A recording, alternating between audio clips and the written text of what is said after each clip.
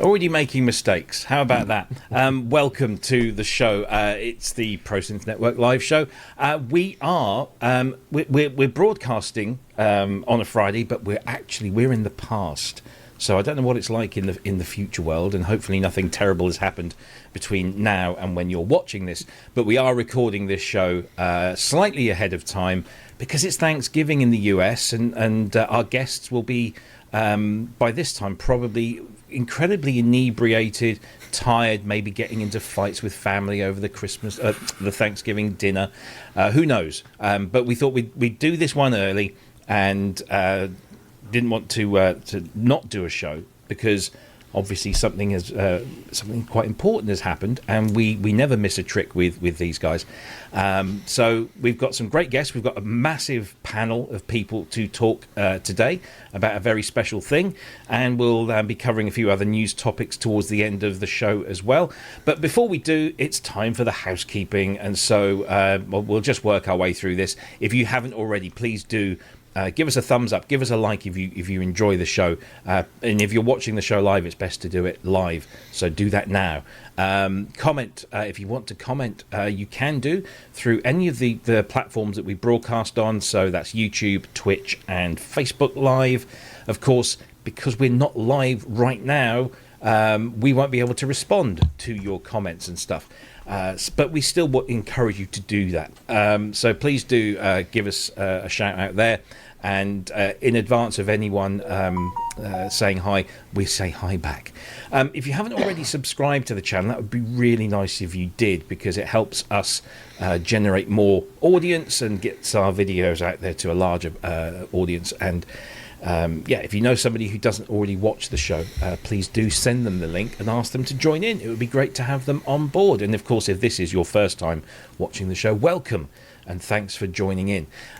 We are, of course, a completely community-funded channel. We do this for the community. We are the community. And so we do rely on user donations to help pay the bills and keep the lights on.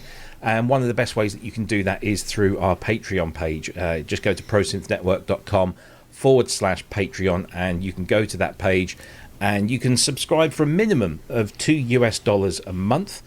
And for that minimum of $2, you get access to loads of stuff, including sounds and patches for your hardware and software synthesizers, video exclusives. We put all the Synthspirations videos up there without any adverts and easy to find. And we've got a playlist so you can avail yourself there of those things. And we also have some decent sampler instruments as well, some really cool things in there. So please do go and help yourself once you have subscribed to the Patreon page. So that's where you can do that.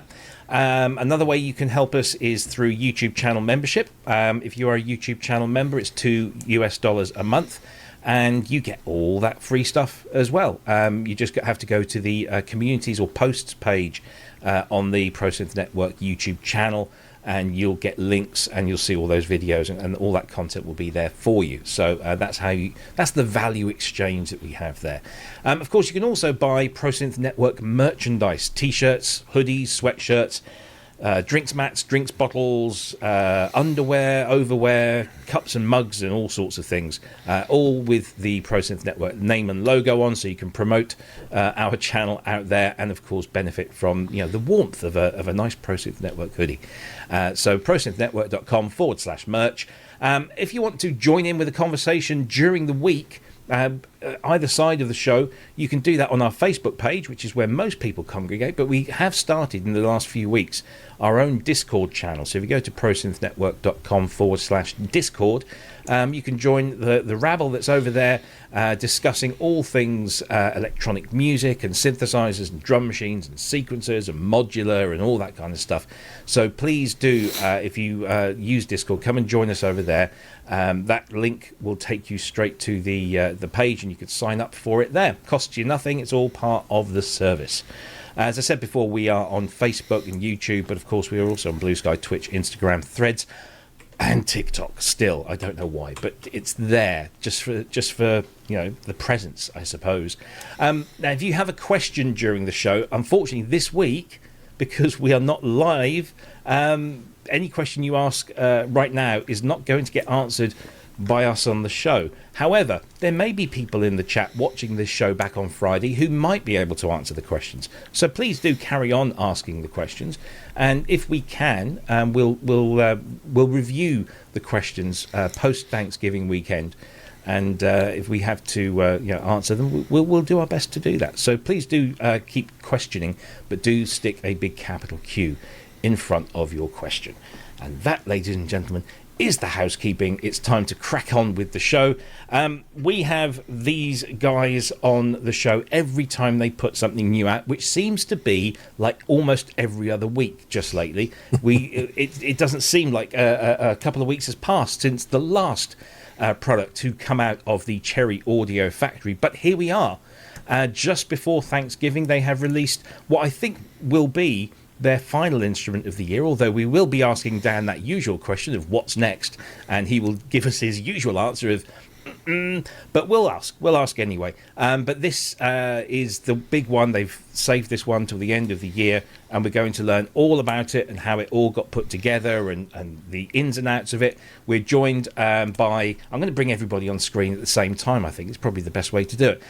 We're joined by Dan Goldstein. We're joined by Mal Meehan. We are joined by James Terriss, and of course we have our usual suspects of Kent Spong, Andrew Longhurst, and Scott McAuley. Welcome, everyone, to you all. Hope you're all well. What a party. I know, isn't it? We're full. We just need a couple more, and then we've got Celebrity Squares or Hollywood Squares. That would be cool. So, gentlemen, thank you all for joining us as usual, and congratulations on this fantastic release. Of course, what we're talking about, if anybody hasn't already seen this, and I'll just throw this up on the screen, it's the Ultimate 8, it's the Mercury 8, and of course we all know what this one is based on. We've got loads of questions for you, but we're going to kick off, I suppose. We go to the head honcho, we go to Dan Goldstein. Why the Mercury 8? What possessed you to do this instrument, especially when it's kind of been done before by other people? Why do you think yours is the best one that there is? Oh, well, that's two different questions, isn't it? So why the Mercury 8? Well, quite simply, it's been our most requested product from our customers. Right. We've done Mercury 4 and Mercury 6, and they've both been very, very popular Cherry Audio products, and our customers have been saying for years now, when will you do the 8? And it's an intimidating synth. It has been done. It's been done well by others. So we needed to feel that we were bringing new things to it and taking it to a place where it hasn't been taken. And yeah, quite honestly, that's an intimidating task. But it was time, and we had all the pieces in place. Mal has taken our synths to such a great level already, and we all felt after a year of really great products that we were very proud of, that it was time to do this one. So we did. Yeah, and very well it is too. So as I said, there's already a Roland Cloud version out there. There's an Arturia version out there. There's various hardware incarnations or instruments that feature this. What was top of your list when coming up with this that set it apart from everything else? I mean, it might be more than just one thing, but what did you set out to do to achieve to be different and to make yours stand out over and above the rest that's out there? Well, before anything else, I wanted it to be incredibly accurate, and we can talk about that a bit, the lengths that we went to make it accurate, but it needed to be spot on with the sound. We had to nail the sound. And then beyond that, there were things I wanted to do, like being able to both import and export SysX from a MIDI-equipped Jupiter 8. The Jupiter 8 came out in 1981 before MIDI, but ever since, I think, 1991, there have been Encore MIDI kits that you could add to these. Mine has an Encore MIDI kit, and I wanted to be able to trade patches back and forth between the hardware and the software and have them sound the same. So that was really huge. And then Mal went, and of course he can talk about this, but he took elements from the synths that we've been doing recently, like our new polyphonic sequencer, the mod matrix. We added advanced drift control beyond anything we've done before. All the new effects, plus we added 3 more effects, including a Juno 60 chorus to really kind of drive home that super cool Juno sound. And then we built this all into something that is beautiful and looks and feels like using a Jupiter 8, but just takes it to some really, really cool places. Lots of polyphony, 16 voices per layer, and so each layer has its own arpeggiator and its own poly sequencer and its own mod matrix and its own effects chain, and the end result is just something we are very, very proud of. Yeah, and rightly so. It's a magnificent thing. You mentioned Mal there. Mal, I'm going to come to you now from a design perspective. The original Jupiter 8 is a classic. In terms of visual design, it's instantly recognizable. We have friends who have those buttons tattooed on their arm. It is a classic design. When you came to do this, obviously you need to make it look like what it's emulating.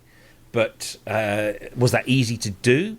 Did you have any difficulties cramming all the rest of the stuff in? Because as we know, there's so much more going on here, and you've come up with some very clever ways of handling that.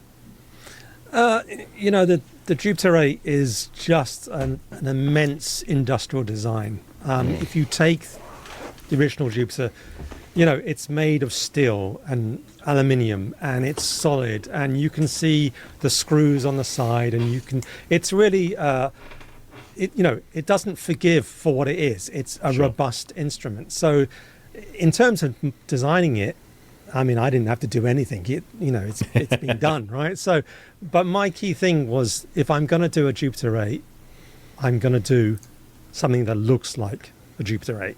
Yeah. And of course, it's probably my favorite synth.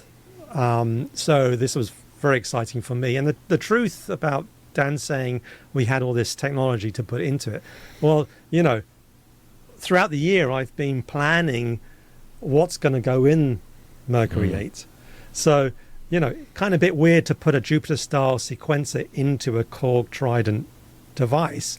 Yeah. But, in my head, I was figuring that, we're a small team, we can't do everything all at once. Let's build up all these elements that will add to the grand synth at the end of the year. So, if you look at all the other models, they just don't really capture the sheer class of the Jupiter 8 to me. Yeah.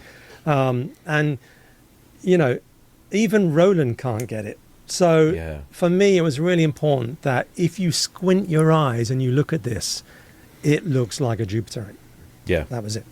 Yeah, absolutely. Were there any sort of particular pitfalls that you came across in terms of the design? I have to ask this, and you don't have to answer this, but obviously Roland are still a company. They still trade off of the brand of the Jupiter. Do you have any obstacles when it comes to trade dress and all that kind of stuff when it comes to designing something like this? I think there are. I mean, but we obviously we look at what is available and what isn't available. But I'm probably not the best person to ask that. That's a Dan and Robert question, because I'm just like gung ho. It's a Roland. Let's make it look like a Roland. Yeah. I mean, yeah. I mean, you've even got. I think you've got the colours bang on, like you say. You just glance at just a passing glance, and you instantly know what this is. Well, it's funny because when you. I mean, sadly, I sold my Jupiter 8 in 2009, which I shed a tear. my retirement sheds a tear. So it's hard for me to, I have a Jupiter X here, which I've had since it came out. But so every photograph, the colors look different. the orange is more scarlet, is more yellow, so you kind of, when you're trying to design something, you want to encompass all of that. So, but on this one, I went to huge trouble. If you look at the orange headers, you can see the bubble and bumps of the enamel screen print paint. Right. I mean, that's how close I went to this model. I really did labor over every, literally the whole panel is exactly the panel of the Jupiter 8.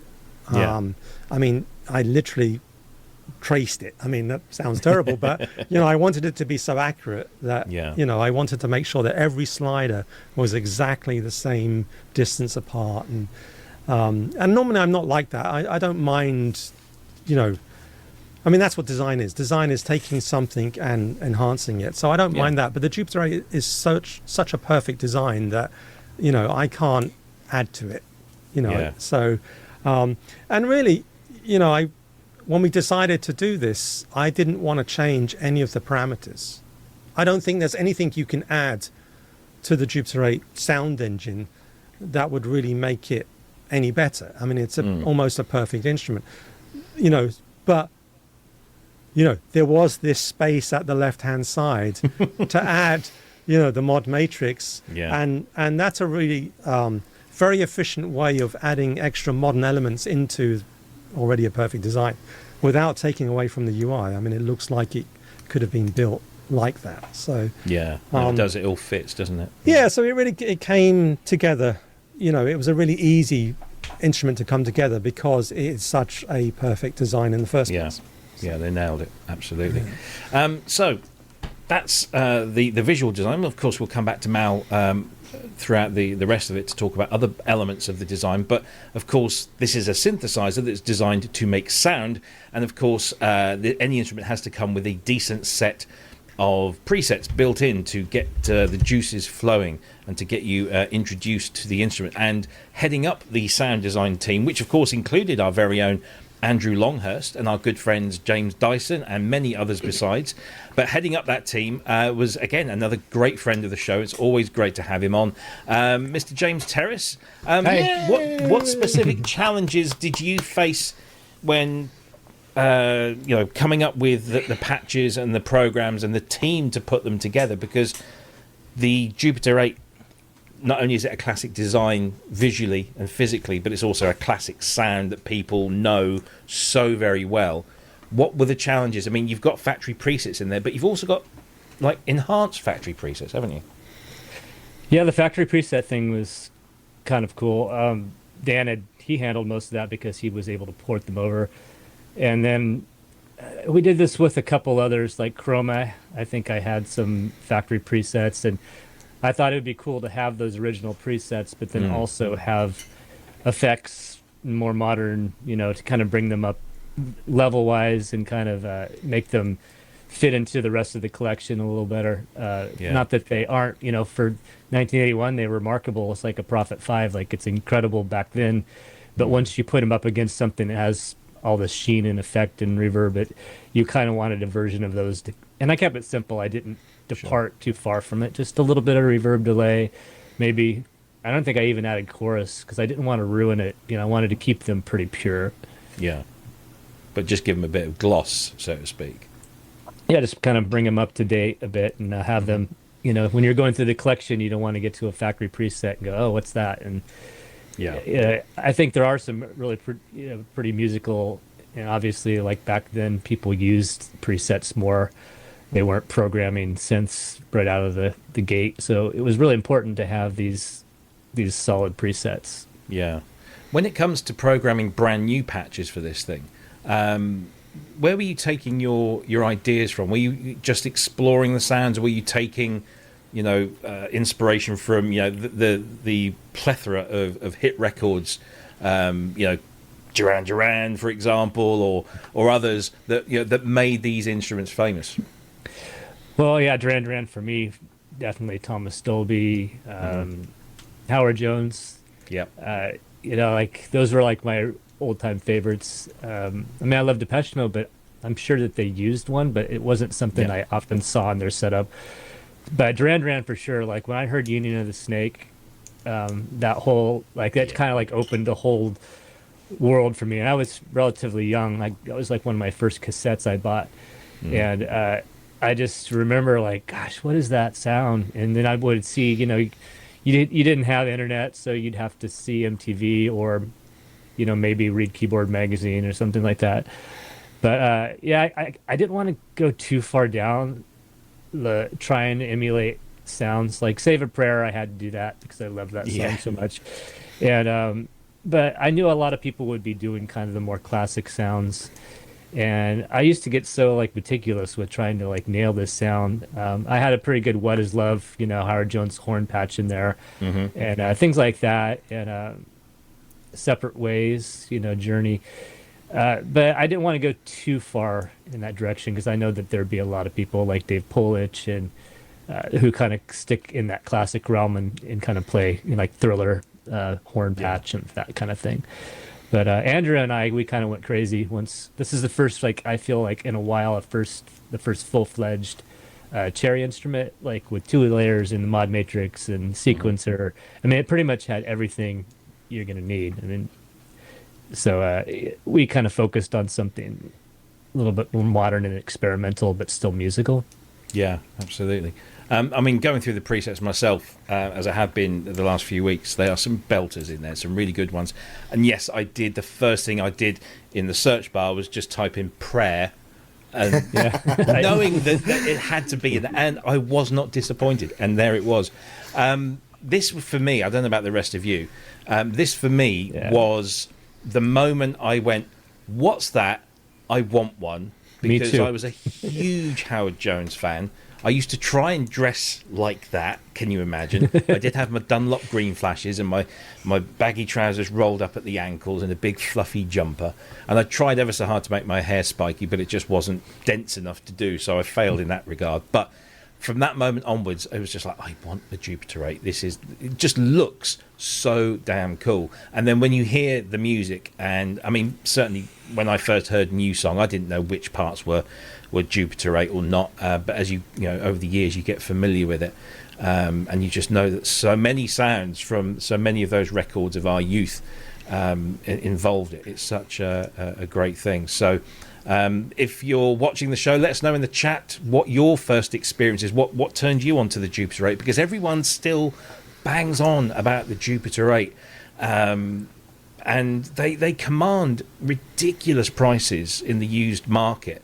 I think the last one I saw was about 14,000 UK, which is just crazy, but that's how much they're sought after. But now you can have one that does everything the original did and so much more for $69, which is rather good. But talking about old things, Spong, you have even older in 10 days. Even old, yeah. You have these coming through, and you've had a chance to listen and play with Mercury 8. Based on your experience of handling old vintage Jupiter 8s, which we know that no single Jupiter 8 is going to sound exactly like the next one because of age and all of that kind of stuff. How do you think this Mercury 8 shapes up against the original hardware? It fares up very well indeed. Very well indeed. Yeah.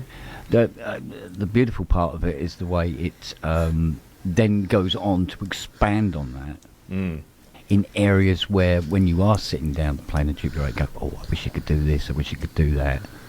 And of course, this does it, Yeah. So, it's got a fix and everything. Well, I must admit, see, being a Jupiter 8 user through work all these years, I must admit, when the first time I was using it, because I was trying it with the Slate Raven, so I could actually touch stuff, right? And it's Slate Raven, sometimes it does, sometimes it doesn't, sort of thing. I was going for buttons in the locations that I know through muscle memory, and they go, oh no, it's not there, is it? No, it's hitting, it's not that colour. Damn, it kept throwing me for the first 10 minutes or so, but it soon picked up on it. But like I said, all these extra features that expand on that it's great. I like it. I like it a lot, actually. I haven't tried the Roland Cloud one, but I've heard other software instruments that doing Roland products that are doing it kind of better than Roland are doing it. So without naming any particular instruments, but I mean, to be honest with you, the prices of these peaked at 32 grand. Yeah. Sold. Because anybody can go, I want 34 grand for it, and then it doesn't sell. That means it's not worth 34 grand, but actually sold at 32 grand.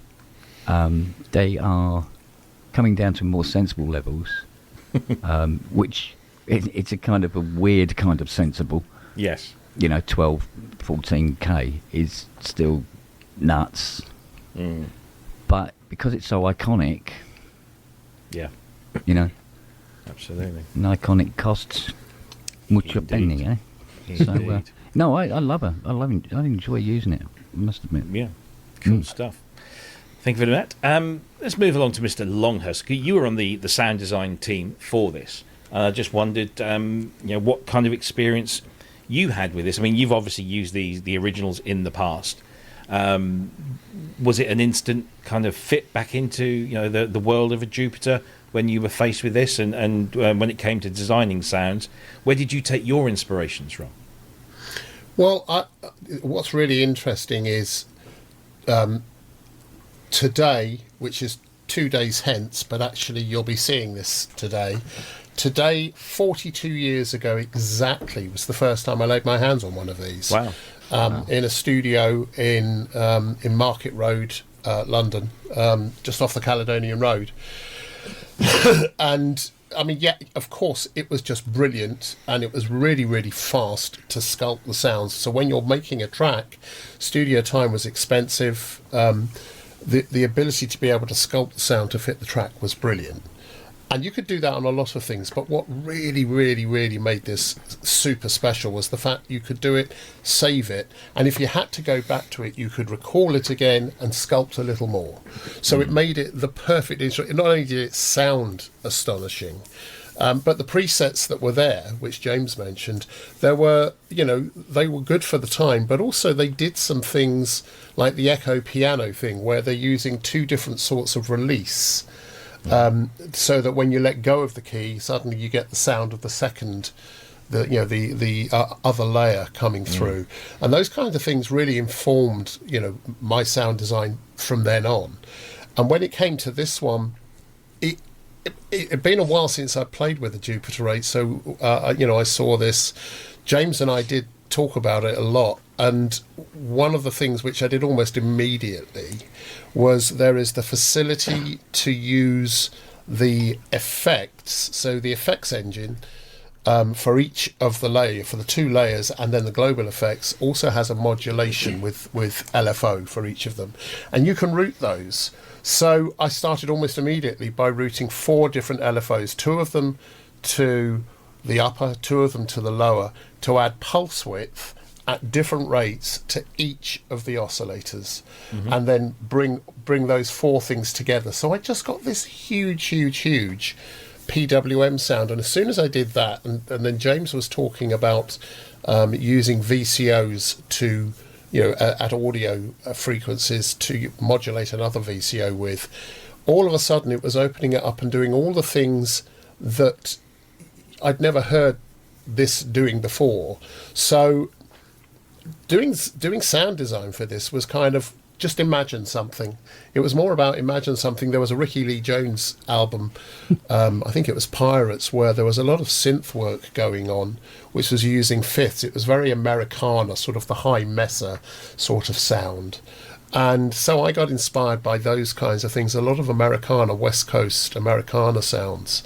And starting off more as sound effects and then turning them into sounds from there. But it was really simple, and it's still delightfully simple to program and remarkably powerful. So this was fun, and James and I would swap stories about what we've been trying out, and then James Dyson as well, and Drew Schlesinger. Yep. He's a bit of a beast. So between us, we were talking a lot about the kinds of sounds and listening to what each other were doing, and that also gave a huge amount of inspiration. It's kind of hard not to design sound for this. Yeah, I'm still designing sounds now. Yeah. Well, Yeah, I agree. Another person who's had some, should we say, long-term access to this is our very own career sound designer, Mr. Scott McAuley. Scott, I want to come to you, just get your opinions on this. But have you done any sound design with the original before this, or was this your not kind of with first the time doing original? I've unfortunately never been in a position to have my hands on an original, believe it or not. But I've certainly heard them plenty in tracks and tried various emulations or attempts at emulations, but by far this is the one that's grabbed me the most. It sounds remarkable. Cracking job on this, guys. It really does sound good. I've been lost in it all day today, put it that way, just sort of playing around with it, and even just with the additional effects in the mod matrix and the possibilities with it, and the extra voices as well. The fact that you've got 16 voices per layer. Yeah. It's just, it's an absolute beast. But yeah, I love it. Absolutely love it. Really do. So I will be doing some patches for this one for sure. I was going to say, are we going to see a Scott McAuley sound set? Well, what I'll probably do, I'd said that on, because there was a few people commented when I posted that little demo today, but what I'll probably do is do like 50 and just put them onto the Patreon page for PSN first of all. Yeah, cool. And throw some cherries away if they want any that they want to put onto their site. You can, by all means, you can take them. But I'll just play around with this and see what I come up with, really, because it's good fun, very good fun. Yeah, it is a lot of fun. Just looking at the sound design team. Sorry, I just need to take this one out of here and put this on the screen. So some of the usual suspects here, obviously James, Andrew. This one, the next one, was a real pleaser for me because me and Michael Oakley go way back. I've got all of his albums. We've had him on the show. He's a really super cool guy, and when he mentioned that he was doing some sounds for a new Cherry Audio synth, I was like, at last, because this guy's been doing some really good stuff. And Michael's pack is available to buy separately. And let me just bring this in here. There it is. The Cherry Audio preset pack called The Grid from Michael Oakley. It's just $9.99. And will work with your Cherry Audio Mercury 8. There's some brilliant stuff in there. So it's really nice to see him on board. Going back to the rest of the team, Judy Catherine, Mark Wilcox, of course, we know Mark, he's been on the show. Mike Martin, we know. Of course, Uncle Drew Schlesinger is in there as well. What a great addition to the team. Dave Polich, of course, Danny Lutz. And then two dodgy-looking characters in the bottom right-hand corner there. Our old friend Mitchell Sigmund, who we are very homesick for. We hope to get Mitchell on maybe some point next year. And, of course, Robert St. John, who looks after all the marketing. But he's even had a chance to get some sounds in here as well. So it's a really great sound design team in there. And congratulations to all of them for producing some really great presets. And if you don't believe me, go and buy the instrument and have a listen. Julie's presets are astonishing. She's a really incredible sound designer. I love what she did. And also Robert as well. And that's the thing, isn't it? Every single person that's touched this has designed sounds for it, just about, because you can't not. Yeah. And it is... It's true. It really is, in my very humble opinion, and I've tried most of the others. I haven't tried the Roland one, but I have tried the original. This is the best just because of the workflow and the layout. It's just so instantly usable, and it sits so brilliantly in any track you've got going on. So yeah, like you said, it's hard not to program a good sound, and I kind of explained that to the sound designer. I said, look, you're not going to have a problem making sounds. It's, for me, it was like stopping. Like, I was making sounds the day I cut the deadline off for everyone, and I still probably squeaked in 3 or 4 sounds. And then Danny did some last minute, and Robert loves Roland, so he did some great sounds. His elephant's hilarious. He did like an elephant sound effect. Yeah. Well, that's funny because I wrote an article on Gear News a few weeks ago about Welcome to the Pleasure Dome, Frankie Goes to Hollywood's debut album. and about You the caught that, right? synthesizers. Yeah, and the synthesizers that were used on that, the major ones. The one that was used the most was the Jupiter 8, which was Andy Richards. And doing a little bit of research on that, Andy Richards, who is this great session player, played with the Straubs, played with Frankie, played pretty much on everything that Trevor Horn put out for like all of the 80s and pretty much a lot of the 90s as well. It's a fantastic musician. But he was designing sounds and sound effects for BBC Radio Manchester in the 70s, in the late 70s, early 80s. And when he got his Jupiter 8, he was doing everything, literally everything, from musical stuff to sound effect stuff, all on the Jupiter 8. And when you hear certain things on Welcome to the Pleasure Dome that you think might be samples, a lot of the time they're not. It's a Jupiter 8 that's doing it. All those kind of sound effects in Relax, all Jupiter 8. There's very little samples in there apart from the repeating bass note, which was from a Fairlight. It's such a versatile thing. And when it comes to recreating such a versatile and well-loved instrument, there's obviously a lot of development that goes into this. So I want to kind of dig into that kind of thing. So I'm going to come back to you, Dan, because you're the guy, I think, when it comes to coding this stuff, that has the greatest knowledge. Where do you start to code an instrument that is, if you get it wrong, you are going to get thrown to the wolves, basically? It's a brave thing to do, but how do you start doing this, and what is the process? And then following on from that, what were the obstacles or the challenges that you faced with this particular instrument over others? Well, so Mal said something earlier that I think really kind of encapsulates the Jupiter 8. He said it's a perfect instrument. And I would say, I think I'd put an asterisk next to that, and I would say it's a perfect instrument for 1981. It's it's everything that Roland stood for in 1981, right? It's like a Juno, but on steroids. You've got 2 oscillators instead of 1. You've got 2 envelopes instead of 1. You've got, the high-pass filter and the low-pass filter and all these great things about the Juno that made it fun, with cross modulation and oscillator sync and some things, but nothing that it shouldn't have. They were so good at knowing where to draw the line, and I think that's why it's so immediately fun. It's also perfect internally, and I think that's really interesting. So the thing that's kind of mind-blowing about the Jupiter 8 for 1981 is that all of the sliders on the front panel, all of the sliders and the knobs internally are stored as 8-bit values from 0 to 255. That's twice the resolution of MIDI, and that's 3 years before MIDI came out. By comparison, when we did the Rhodes Chroma, there are values in the original Rhodes Chroma, like resonance, that are 2-bit values. They have a value from off to 3, and that's all the resolution that you have.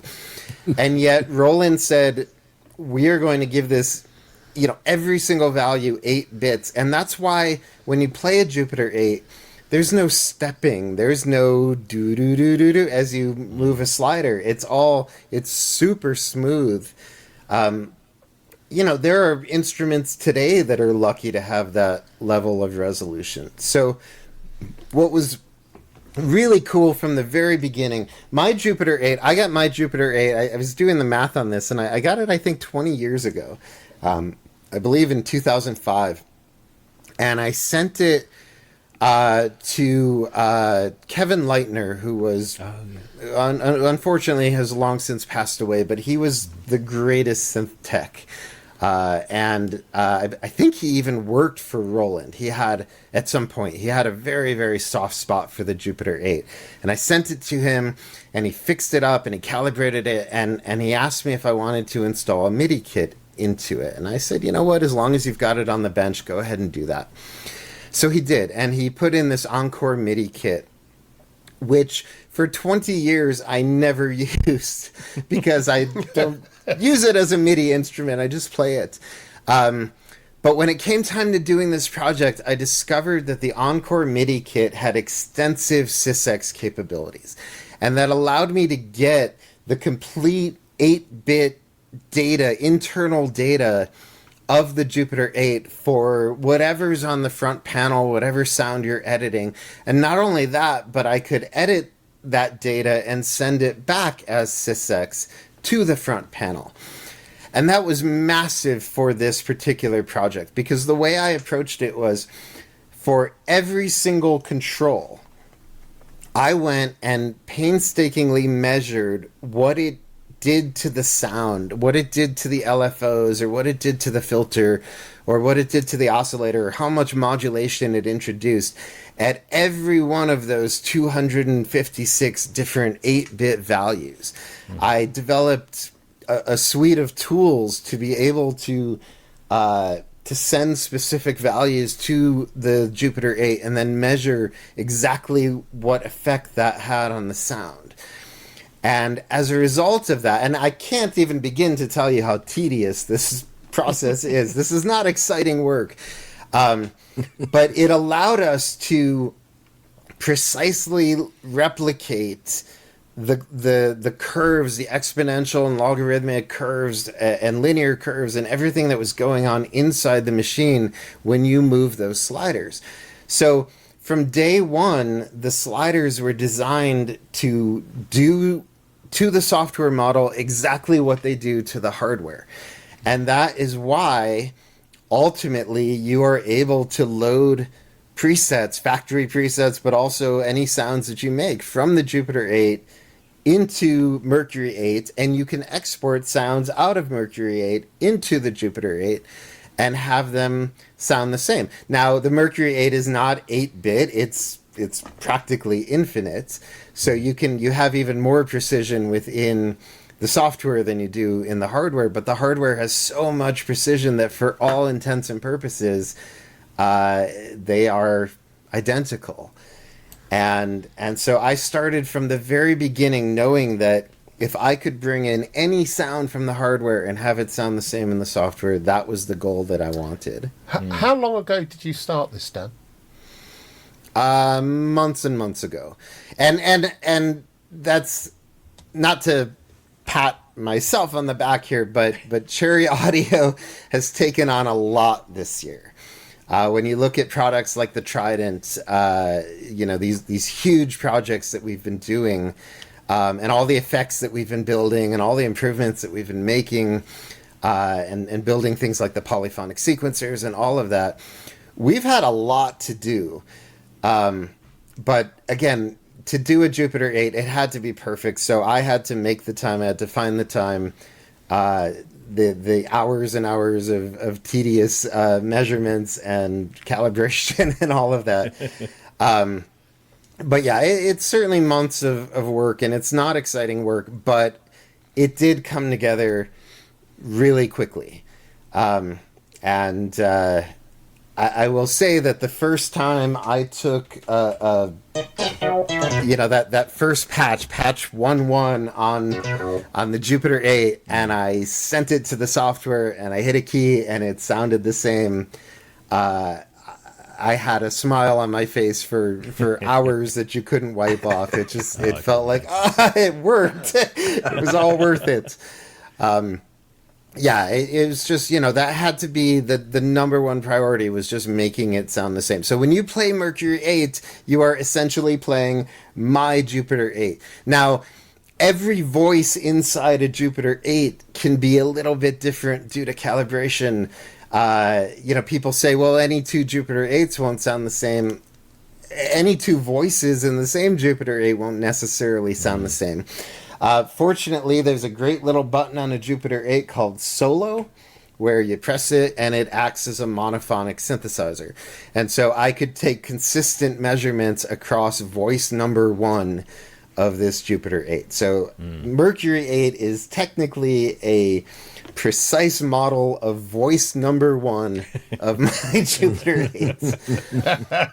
So it's a Jupiter 1. In a sense. And then, of course, we reintroduce all the, all the little drifts, the oscillator drifting and the filter drifting and the envelope calibration deals, and that all gets reintroduced in software, and you have extensive control over that. So it becomes like using the hardware synth. Yeah, I do have a question, Dan. Personally, yeah, I should ask you off camera. So it kind of reminds me. It's something that Michael Oakley had asked me. He's like, what's up with crossmod? Every time I open a preset, it sounds totally different. And I said, well, because the instrument's drifting, and since one VCO is getting cross-modded by, one is by two, when they drift, of course, they're going to sound different. I said, if you really want to hold it tight, just go into the drift settings and set them to 0, and then you're probably going to minimize that chance of that drifting.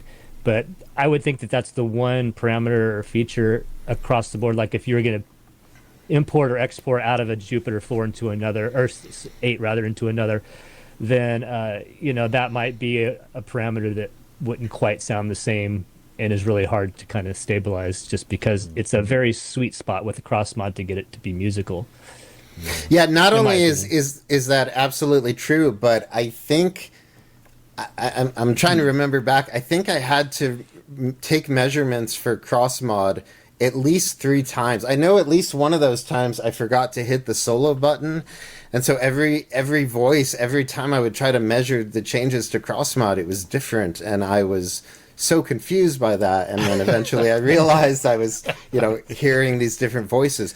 Because that's audio rate modulation, even the slightest, tiniest difference in tuning can cause dramatic differences to cross mod. So, absolutely, James, that's right. Yeah. Well, just Dan, to make you feel worse, Dan, you have an Encore MIDI kit, don't you? Yes. If you set the CPU to free mode, which is the 2 little switches just inside when you lift the lid, there's 2. On the board itself, yes. Yeah.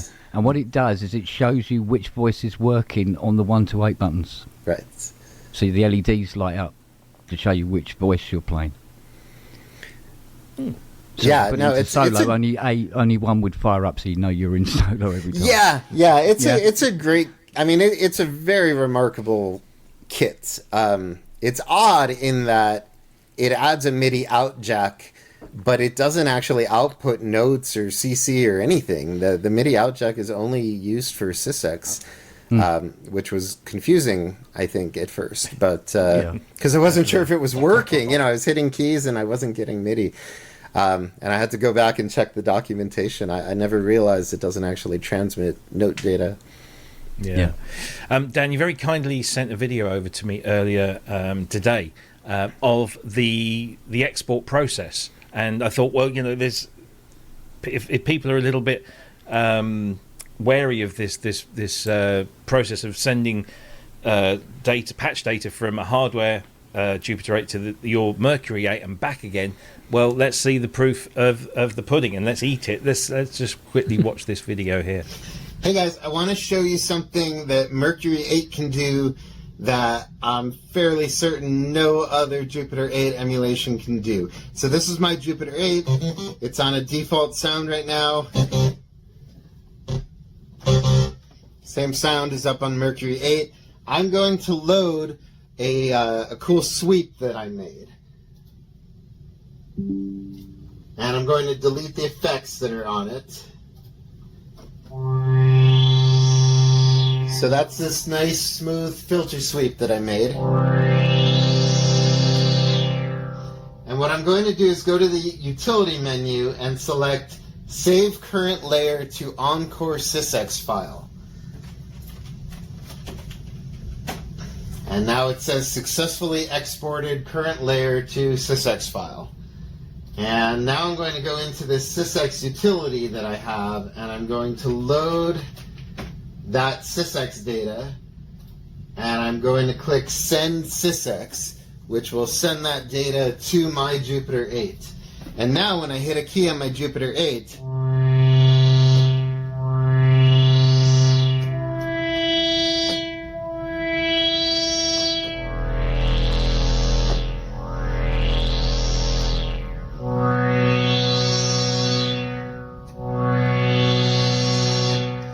that sound that I programmed in Mercury 8, I was able to send it to the Jupiter 8. And as you can hear, everything matches and sounds identical. Pretty cool, huh? I'd say so.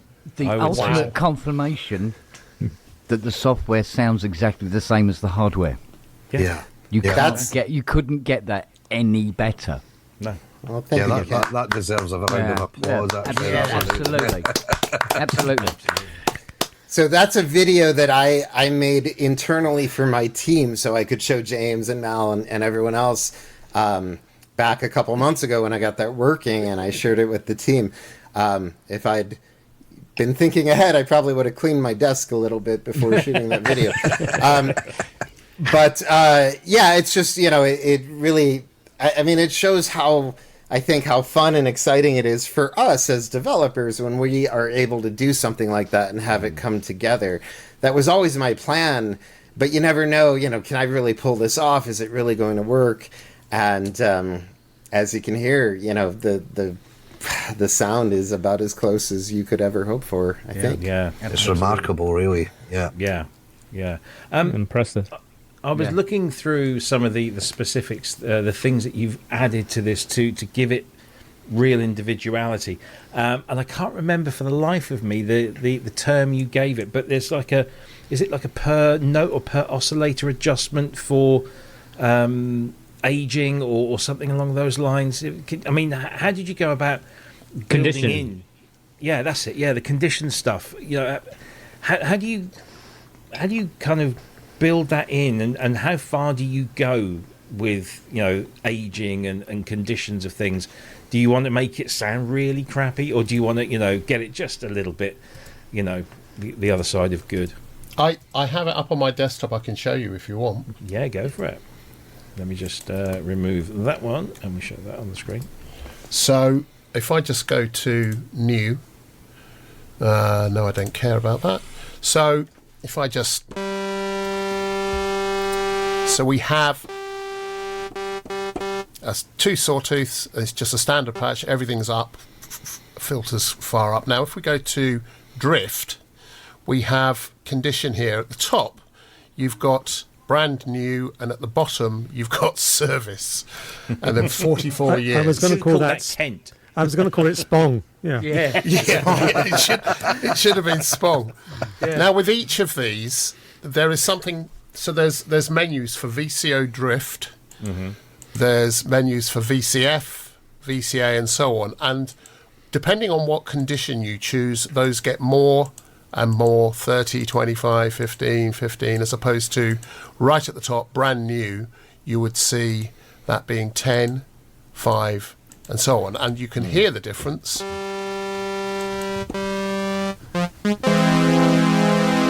Yeah. So, and the slop on the envelope, even the slop on the envelope, all of that really makes it sound. It does all the things that Kent hates, which is makes it sound like it's not being serviced.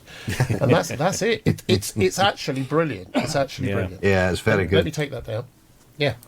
Yeah. It's very intuitive the way that you've set it up as well. Just having that sort of the vintage button, if you like, to the left of the screen, and then you've got all the controls on that little screen in front of you. It's very, very intuitive the way it works. Well, And the fact that you've got the sort of 4 presets in there, but you can still go in and fine tune each one. It's excellent. I mean, for me, if you look at the other emulations, some of them do away with the display completely. Yeah. And for me, when you look at it, when you see a Jupiter 8 from a distance, for me, when I see that acrylic display, Yeah. it's a Jupiter 8. So I knew that I had to have that on it.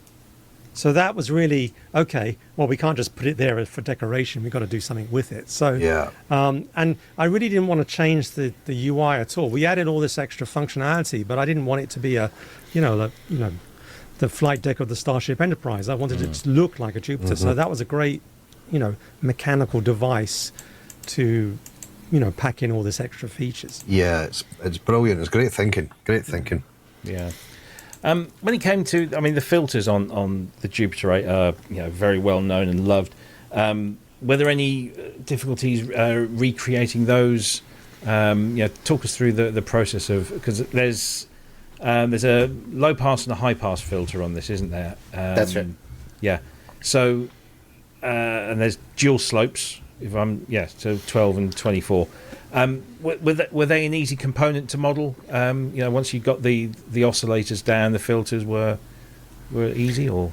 Well, nothing's easy. They are, the Jupiter 8 is sort of quintessential 80s Japanese design, which is to say that the Japanese at that time, they didn't like distortion, they didn't like overdrive, they saw these things as imperfections. So everything about it is clean and quiet. And the filter itself, as legendary as it is, it's really amazing how restrained it is. If you crank resonance up all the way, it will not whistle. It doesn't self-oscillate. In fact, there's no way on a Jupiter 8 to make it self-oscillate. You have to have an oscillator on. You can't silence the oscillators. Right. You can mix between oscillator 1 and 2, but even in pulse width mode, you can't drive an oscillator to DC, to silence. Which again, if you compare that to almost to American synths, Oberheims and Moogs, they overdrive and they distort and they whistle and they, when you crank up that resonance, you get all kinds of artifacts. That's not the way the Jupiter 8 is. And so in some sense, it's a beautifully clean filter. But in another sense, one of the things they do is they have volume compensation for resonance. So as you turn up the resonance, you don't lose the sound. And all of that had to be modeled perfectly. All of the modulation, when you turn up the envelope to the filter or the LFO to the filter, all of that had to be exactly mathematically correct, or else the patches wouldn't sound right. And so the saving grace is that there, some of the synths we've done recently, things like the Wasp and the Krumar Spirit, have these big grungy noisy filters, and there's all kinds of work that goes into getting the saturation and everything accurate on that. We didn't have to do that with Mercury 8, but we had to have, because it's so clean and beautiful and pristine, that has its own challenges. We had to restrain the filter. We had to make sure that it was beautiful and resonant in all the right ways and had the same kind of compensation and the same sort of modulation, without it becoming, going into Moog territory. Interestingly, the Jupiter 4, a few years earlier, you could intentionally overdrive it. The VCA has this overdrive slider and a light that comes on when you're overdriving it, and it's the coolest thing about the Jupiter 4 is you could treat it almost like a guitar, where you crank it up and you get these big distorted sounds. But by the time they were doing the Jupiter 8, it was all about precision. You hit that auto-tune button and everything is in tune and everything's beautiful, and it's just a change in the aesthetic to how they approached doing a synthesizer at the time. Yeah. I want to talk about the effects for a little while, because there's 20 in here, and you say you introduced the DCO, chorus, panner, and pulsar to these. But of course, you're now using this effects chain system that you can set up an effects chain in this, or Trident 3, I think, is the only other one that does it. And you can just interchange them and swap them around. Is that correct?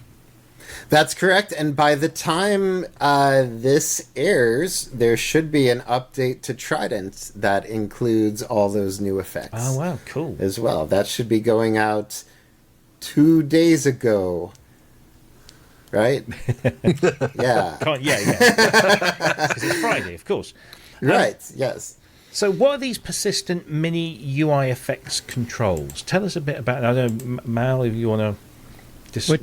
Which mini effect controls? So there's these what it's called in the Cherry Audio blurb that I have here: persistent mini user interface effects controls for on-off, solo, bipolar modulator. That's the footer. So that's the effect footer.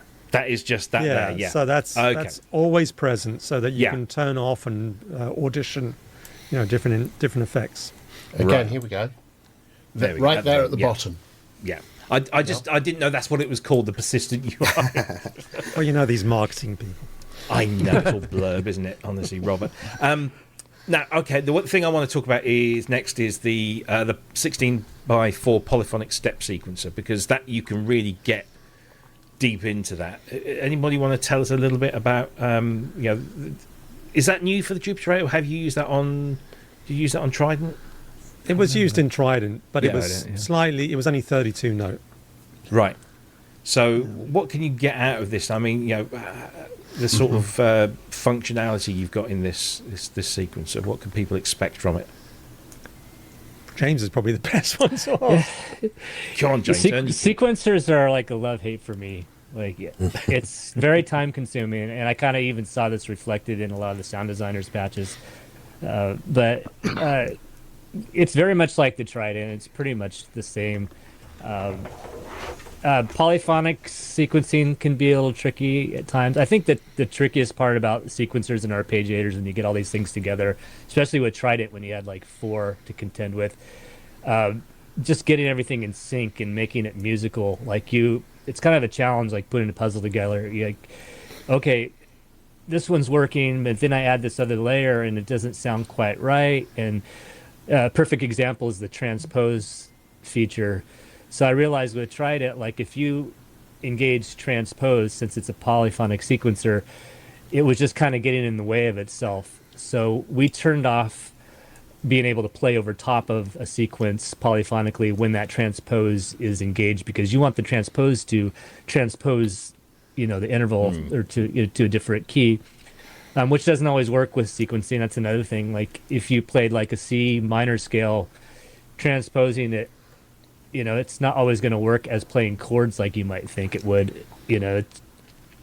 You pick your battles, and you kind of have to like really intelligently figure out, okay, with this patch it's going to do this, or you split it and just keep it out of the way. Have like a cool bass line, like a Giorgio Moroder at the low end, and then like a cool pad or solo at the top.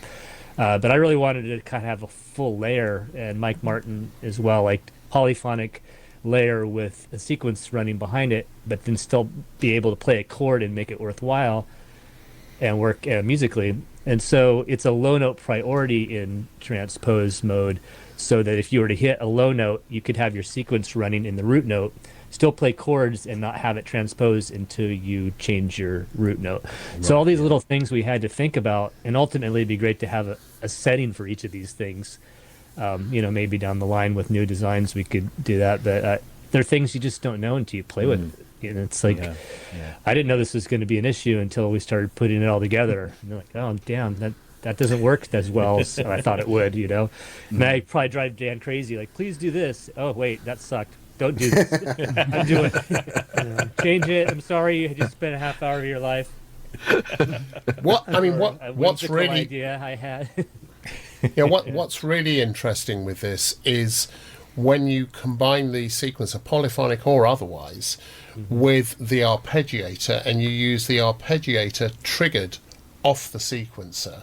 So you have an arpeggio running, and you can set it at an odd interval, at an eighth triplet or something, with the sequencer running at maybe quarters or eighths or whatever. And you can start adding little things like swing and whatever into it, and you end up with these really odd note formations. And then you can add in things like the multi, where every time you press a key, the multi-mode in key mode, you can tune that separately as well. So you can end up with these madly complex polyrhythmic and polytonal things going on that you just don't know.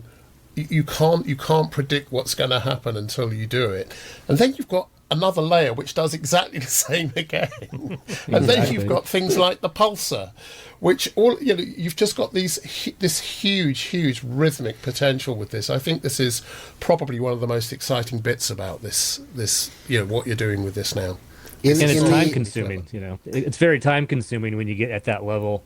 And I think that's why some designers, they're on the clock. They're trying to get their 50 or 100 patches out. Right. But, spending an hour on each patch is a lot of work. I mean, it's designed for the end user, not necessarily the sound designer. No, I agree. When you're designing something like this, you think about every single possibility. The amount of 2 a.m. wake-ups that I got thinking, oh, crap, I need to put that in. Me too. Little notebook next to my bed. And you think of everything, but there's always that person that gets this and then wants to do something that's like slightly extreme or, Exactly. So, you try the best to get the perfect system, but there's always somebody that's going to want more, break the system. And that's perfect because that's how you add features and... Yeah. I mean, for the balance. And sorry, just covering that for the end user, the really good thing about this is you can do sound design to show off what it does, right? And to give people some starting points. But the truth is, for anyone that's using this as an end user, once you start getting into the polyrhythmic stuff, all the various different layers of polyrhythms and polytonality, you can come up with something that would be completely unusable as a preset for anyone else, but is the basis for a whole track. Right. Yeah, exactly. And that's really, really cool. That's really, really cool. For me, when I'm thinking about designing a product, I have to think about, I think every synthesizer has its unique character. It's like, different instruments in an orchestra. I mean, how many wives and girlfriends have said to me, why do you need 2 synthesizers? How many wives and girlfriends have you had? a few. And so with the Jupiter, it's like, for me, there's that kind of sound, and certainly growing up in the UK and, all the 80s, new wave stuff. So for me, when I think about something like the Pulsar, it seemed fitting for this instrument to be able to pulse chords. And that was the drive behind that. And it may not have come on a different instrument.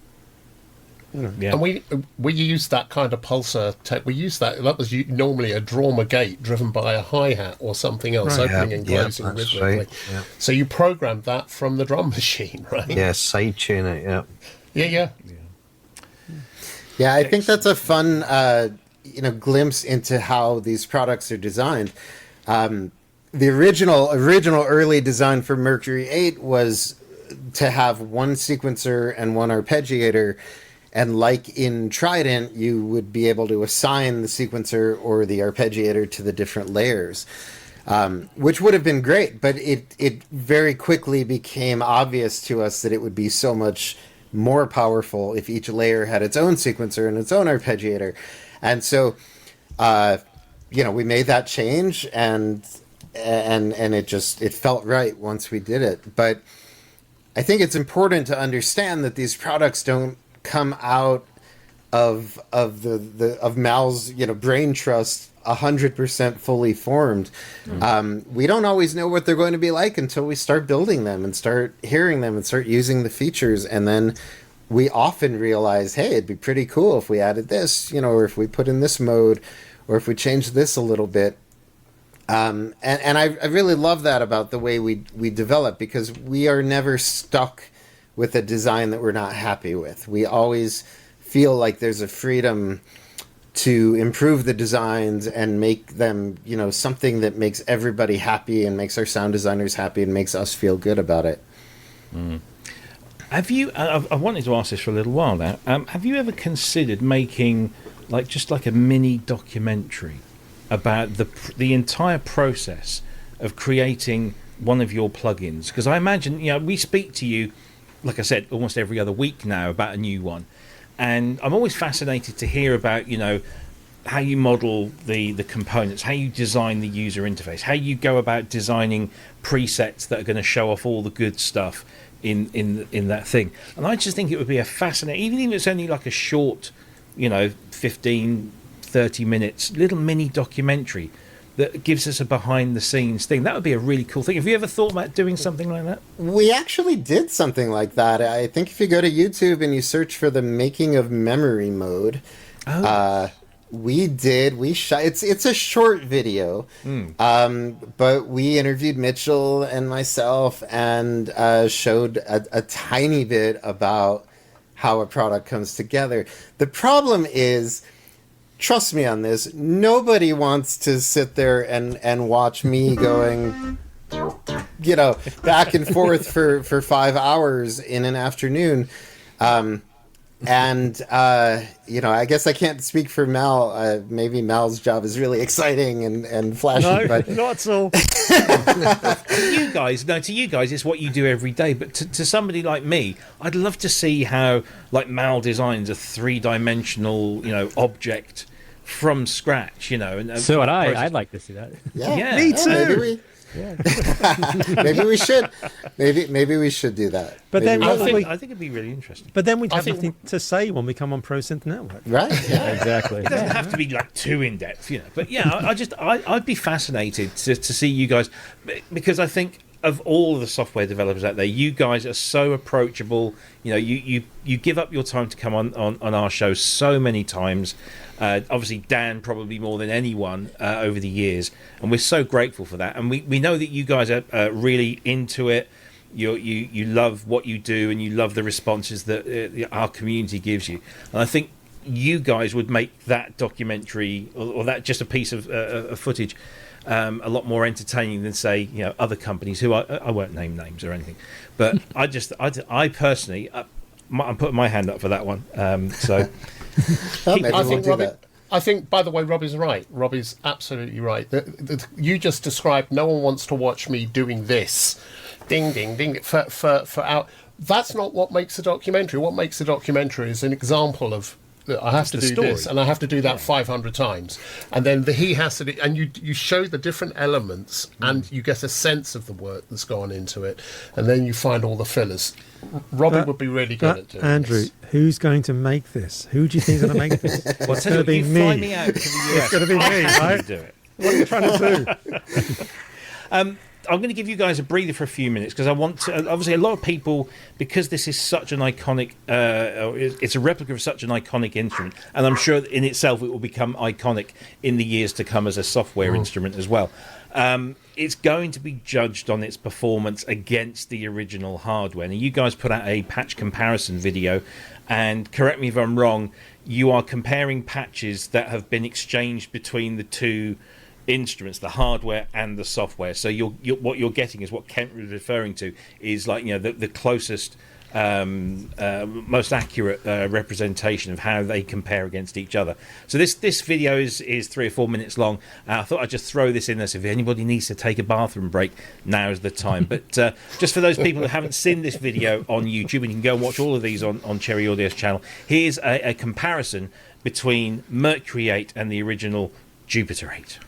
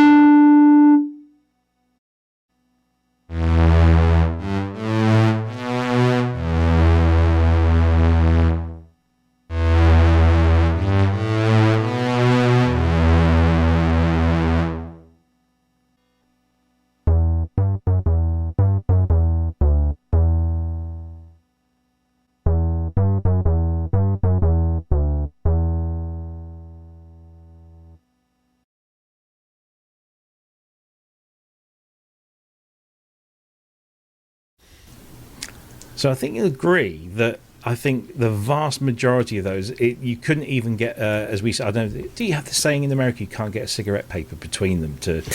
No, we do not. Okay, well, you do now. I've do. introduced it to the great nation of America on this Thanksgiving weekend. So you could not get a cigarette paper between some of those sounds. Others, there was tiny little variations, which of course you're going to get because, hardware, software, etc. But it's remarkably close. It really is, Remarkably yeah. close. Yeah. So one of the challenges is, like I said, every voice on a Jupiter 8 is going to be a little different, and these are polyphonic sounds. Also the LFOs are free running on a Jupiter 8. They don't re-trigger when you hit a key, and some of those sounds, it just depends where the LFO is, how the sound starts when it begins playing. Also, some of the presets on the Jupiter 8 are weird bird sounds and train sounds and all these things that... So, I went through and recorded some of my favorite actual musical sounds for that video that I hoped would kind of show that off. But I do want to point out, those are 100% unretouched, imported straight from the Jupiter 8, and then converted into sounds in Mercury 8. So you've not done any more editing on those at all? Not one edit whatsoever. Remarkable. Wow. Yeah. So effectively, not only have you created a brilliant software instrument in Mercury 8, but you've also created an editor librarian for Jupiter 8 hardware owners that have that mod, that MIDI mod fitted, haven't you? Very much so. And the thing is, I understand that not everybody has that, but for people that own Jupiter 8s, the Encore MIDI kit is pretty popular. It's been around for 30 years, and for those of us that have it, it's a great feature for sure. One thing that, I never want to disparage any other company, but I did discover this, and I thought it was really fascinating, and I do at least want to mention it. Roland's own Jupiter 8 soft synth also has a bank of factory sounds that they've created. And what's interesting is, back in 1981, Roland published essentially a book of their factory sounds, right, showing where all the sliders are and all the switches are. And there's a lot of mistakes in that book. And I discovered, just interestingly enough, that if you look at Roland's own factory patches in their Jupiter 8 plugin, they contain all those mistakes, all those incorrect switch positions and everything. Yeah. No. So they did not import the binary data from their hardware into their software. They actually had someone go through and move all the sliders and match the sounds, which is perfectly fine, and that's not to disparage them. But I'm very proud of the fact that you can take a sound from the hardware into the software and have it sound like that. That's not an easy thing to do. we generally don't like to put out comparison videos like that, not because we don't want to show off what our software sounds like, but invariably there are people that go, oh, they don't sound anything alike because, you know, if you can't hear the difference, you must be deaf. And it's just not fun. It's just not fun to do as a result of that. But in this case, you know, I thought, hey, we need to put this out there. People need to see, you know, this is what the software does. Well, one thing about that video that did make me smile internally is when you got to the cello patch, and I was immediately transported back to being 17 years old, to see music in Addleston, in front of this brand new Jupiter 8 that had just come in from Roland, and we're going through the patches. And remember this, because the guy had written out what, you know, the names of the patches and everything, rather than just the numbers. And I can remember it was with Richard. And we were at it, and did the cello patch and played down the bottom and went do do do do do do, and remember clearly turning to him and go, "Wow, doesn't that sound like a cello?" He's go, "Yeah, it's incredible, isn't it?" The expectations back then to today is like I had the same experience, you know, when I was young with the DW 8000. It had a really good saxophone, and we were all sitting around it, and I was too young to touch it because I was probably like 14 or something. And it's like, yeah, that sounds exactly like a sax. Or the DX7, that sounds just like a harmonica. What kills me about that video, I don't know if it bothers anybody else, but I played the Cars Let's Go line, and I played it in D, and it's actually an A. And I don't know why I did that, but I actually own the Rev 1 Prophet 5 that the Cars recorded that song with. And so I, more than anyone, should know how to play that line. Every time I see that, I'm like, what? How did I do that? Yeah. Oh, dear. So Mercury 8 is out now, $69, or depending on where you are, you know, if you purchase it from other retailers. I think in the UK, if you buy it resellers, it's about £61-62, and if you buy it in euros, it's somewhere in between the two. But that's not an introductory price. That is the price. It will be that price for as long as we know. But also the other thing that's come out from Cherry Audio on the same day, and we have a little trailer for this, is the brand new Synth Stack 6 collection.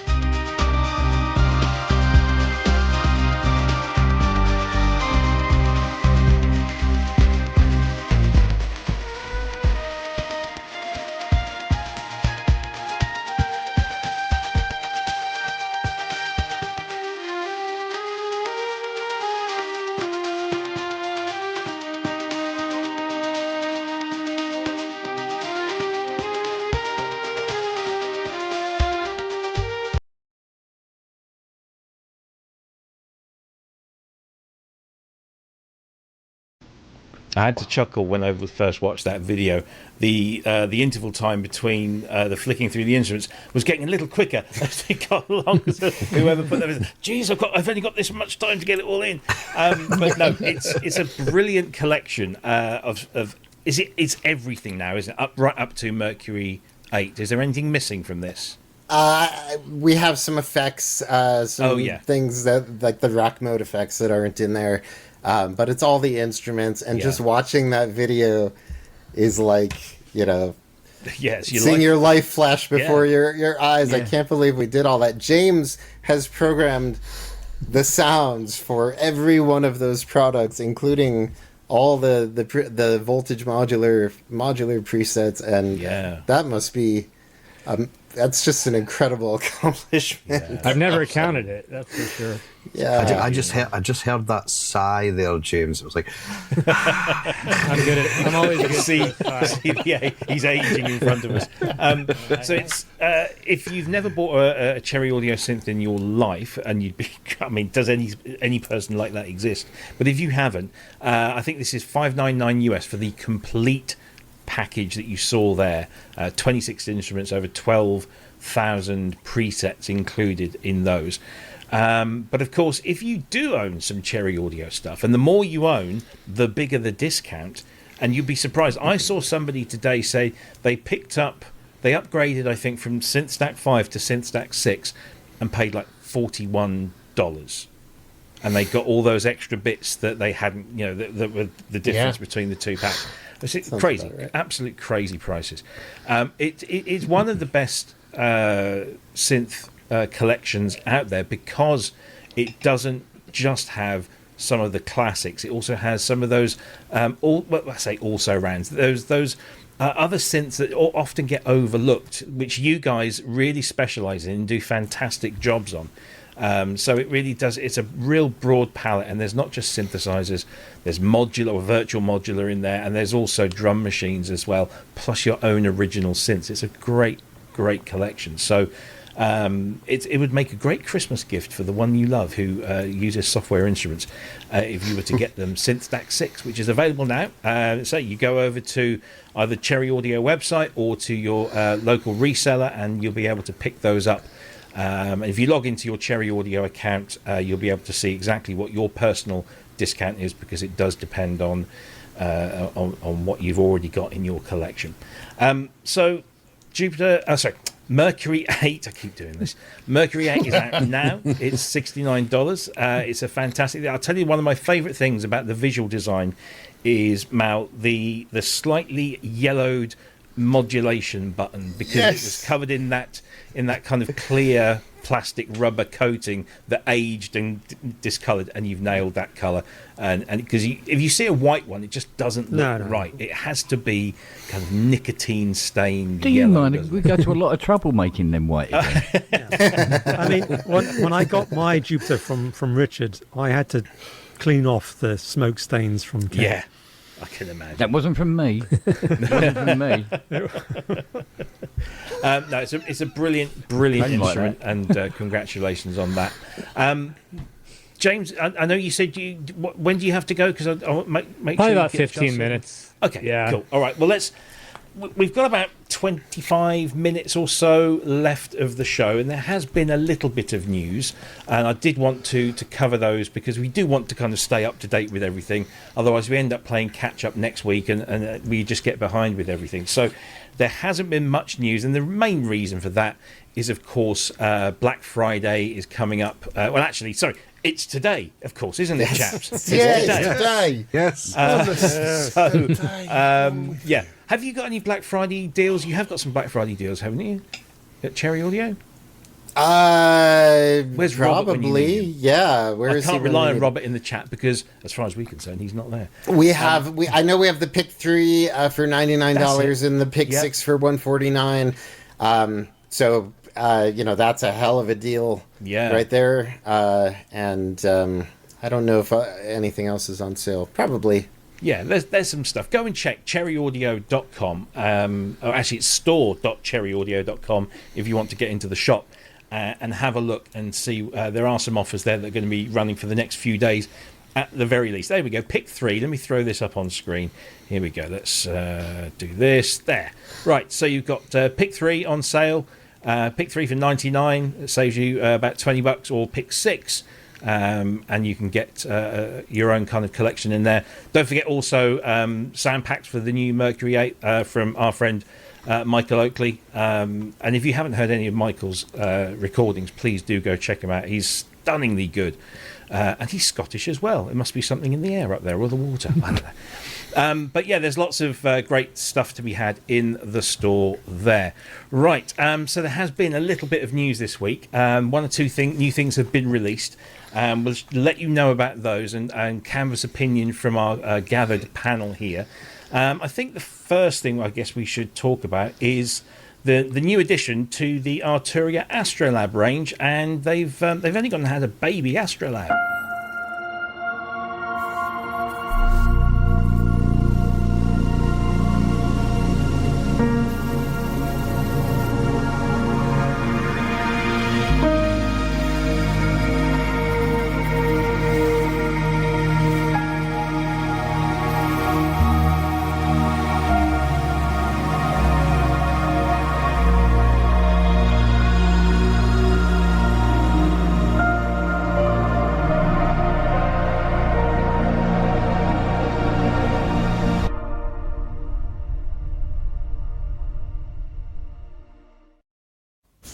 So this is the news that they've rounded out the keyboard range of the Arturia Astrolab, and we've had one here in the Process Network offices for a little while. I'll try and get it all in shot without covering up my microphone. If you want to see me using this, there was actually, I think we did our very first, what they call them, 0-hour videos. There we go. There's a little clip of me wearing my Cherry Audio GX80 shirt, which I got a little... Well, I didn't get told off, but somebody from Arturia was speaking to them, and they said, oh, I love the video. Could have worn an Arturia shirt. And I said, well, I'm sorry, but I don't have one that fits. So they said, oh, well, we'll get on to that. So hopefully I've got a fitting T-shirt coming fairly soon. So this is the... Arturia Astrolab 37. Let's put this on the screen. Here it is. So it is essentially the entire Astrolab crammed into a small 37 keys form factor. It's got those slim keys, not mini keys as such. Same keys as you get on the Key Step Mark IIs and the other key steps and the Mini Freak as well. So they're nice keys with aftertouch. And the main difference here is, of course, the size. Virtually the entire feature set has been ported over. I think the only features they haven't moved over is the looper and sequencer, which, if I'm honest, is not my most used part of this. The fact that this small keyboard can contain up to 23, 24 gigabytes of Arturia presets from their V collection is astounding. You can just put this into a small bag and move around, whether you're moving around at gigs or going from studio to studio. You are getting the entire V collection in this. Well, I say the entire. Maybe there's one or two that they can't put in there, such as the Mellotron. But the Jupiter 8000V is in there. All the augmented instruments are in there. Pure Lo-Fi is in there. Mini Brute, Mini Freak, Pigments. This is a keyboard with pigments inside. And you can also have these artist packs, so you've got presets that are inspired by original artists, and I just think this is a fantastic addition and just opens up that Astrolab market to a wider audience. Now no longer just a stage keyboard. You can of course use this live, but I think a lot of people are going to be sitting at home with their laptops, and this will be like the only thing they need. And when they're sound designing, they can take those sounds out and about with them in this small form factor. On the back, we've got a couple of connections missing, so you've only got a single audio input instead of a dual audio input. You've only got one pedal input rather than I think it's 2 or 3 on the larger versions, but everything else is there. You attach USB storage so you can store sounds. Of course, it's also got the Wi-Fi and the Bluetooth, which means that you can connect up with the mobile app either on your mobile phone or your tablet. And of course, if you have Analog Lab Pro, which is included, and the V collection, you can get at a discounted rate, so you can edit the sounds within the actual instruments themselves. It's a cracking deal. It's €699. I think it's $799 US, and probably I think I've seen it at around $599 in the UK. I don't think that's a terribly high price to pay. What I'm thinking with this, I don't know about you guys. Over the last 20-odd years, we've seen a lot of indie bands who aren't kind of... synthesizers aren't at their core. They're an augmented instrument within their setup. And a lot of them have used the Korg Microkorg, which is a nice small instrument, portable. It's got a little microphone for vocoder effects, which are, of course, very cool. Is this maybe the new Microkorg? Anybody got any particular thoughts on Astrolab 37? I mean, I have a 61 downstairs, which I love. And, you know, I don't really understand the use of this, because surely if you're going to go and play live, you could bring a laptop and a controller keyboard. So I'm not sure about the size of it. I mean, I get that you could have this as well as a controller keyboard, but I just know myself, I'm probably going to buy this just because it's so cute. It is. You know, and I want to put it next to my 61 and say, hey, look, it had a baby. You know, but I don't really understand the use of it. I think the price point is great. This is one of those times that I really miss having Mitchell Sigmund on the show, because I know exactly what he would say. he would say the only thing I hate more than a 3-octave keyboard is mini keys. Mini keys. Yeah.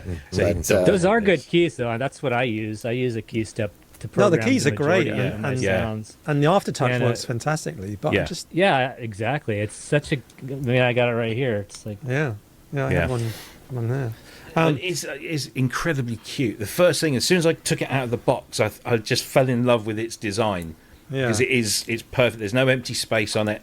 Now, Everything's got it. Robbie, how do you select the individual layers? Because there's no layer buttons on it, right? There are no layer buttons, so you do have to use the Analog Lab software to do that and kind of set it. Yeah, so those buttons are missing, and so the looper and sequencer buttons are missing.